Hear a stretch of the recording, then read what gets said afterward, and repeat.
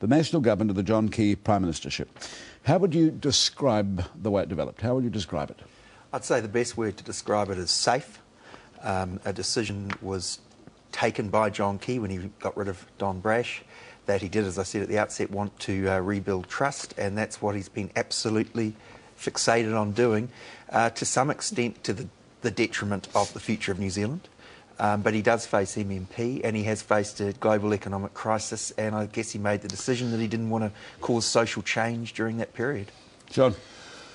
Yeah, he's a curious one. I mean, I find him some sort of variant of, you can see the Hollyoak in him, you know, this tell the people, trust the people, you know, what Matthew's saying about restoring trust between he and the National Party and the electorate. And yet, the curious love affair with Mrs Windsor is far more reminiscent of Sid Holland. I mean, and I'm not joking, I mean, you think about it. What are you talking about?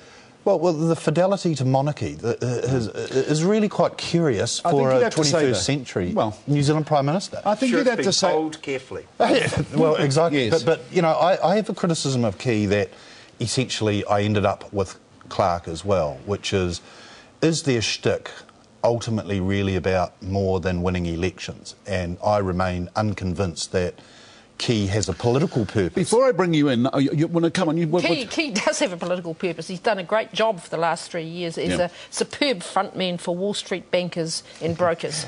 and if he wins the election this time, he's going to go on a rampage. And I think many people who are currently thinking of voting for him don't understand quite what this government has think about that, John, but first, don't we? Matthew believes say he's going to win. He's going to do 3 terms, right? Well, yeah, I think that the safety will continue because the same political dynamic that led him to be safe in term 1 because he wanted a second term, I think is going to exist in the second term. He's going to want a third. Why will he change? He's let down. I mean, there's a lot of disappointment on the more robust side of the political right about the extent of his government. But I think you'll find in the second term, I think it's also leached over the rabid part of the right too. Well, he's going to disappoint his supporters, and he's not going to be as dangerous to Sue's interests as she might think. Now, guys, I've got to interrupt you here for an important piece of news. I'm not sure how we're going to do this, but we have confirmed that Sir Paul Reeves has died.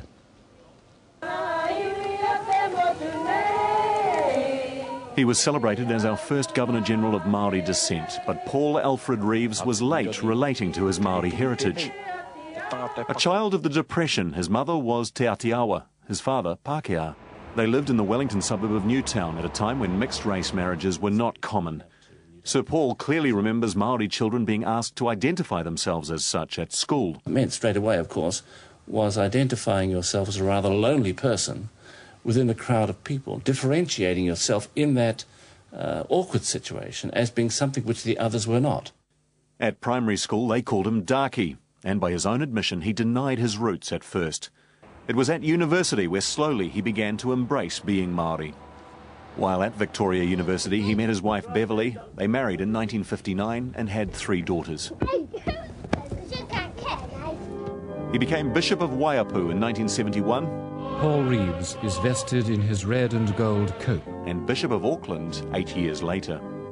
In the name of the Father... In 1980, he was ordained Archbishop of New Zealand, until Prime Minister David Lange made him Governor-General in 1985. It was a controversial appointment because Sir Paul was a churchman and because of his outspoken political views. People fear that I may say the wrong things. I will say things. Hopefully, I will say them rightly and appropriately.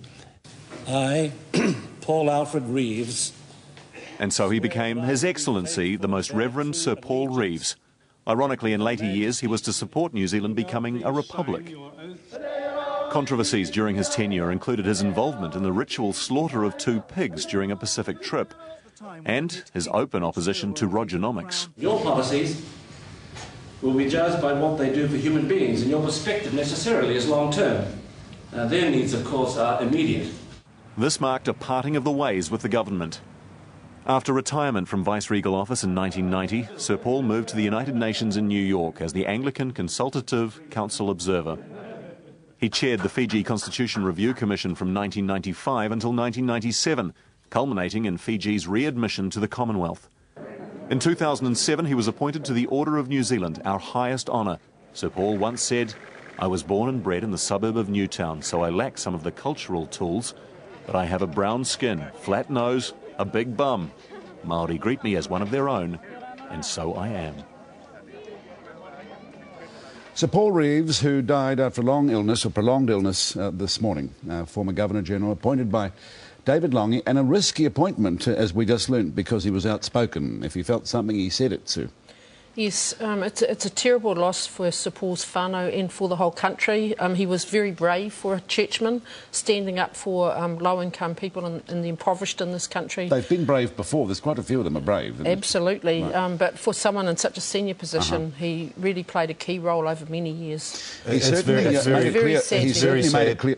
very sad to see, you know, the end of a Governor-General who, in his heart of hearts, supported New Zealand becoming a republic. I mean, it was seen as a controversial appointment at the time, partly because he was the first Maori Governor-General. It's interesting now, there's a new Maori Governor-General. His race is not relevant any longer. A lot's changed since the time that he was appointed. Indeed. Yes, and the Governor-Generalship of Sir Anand ends this Wednesday. I think we will have a new Governor-General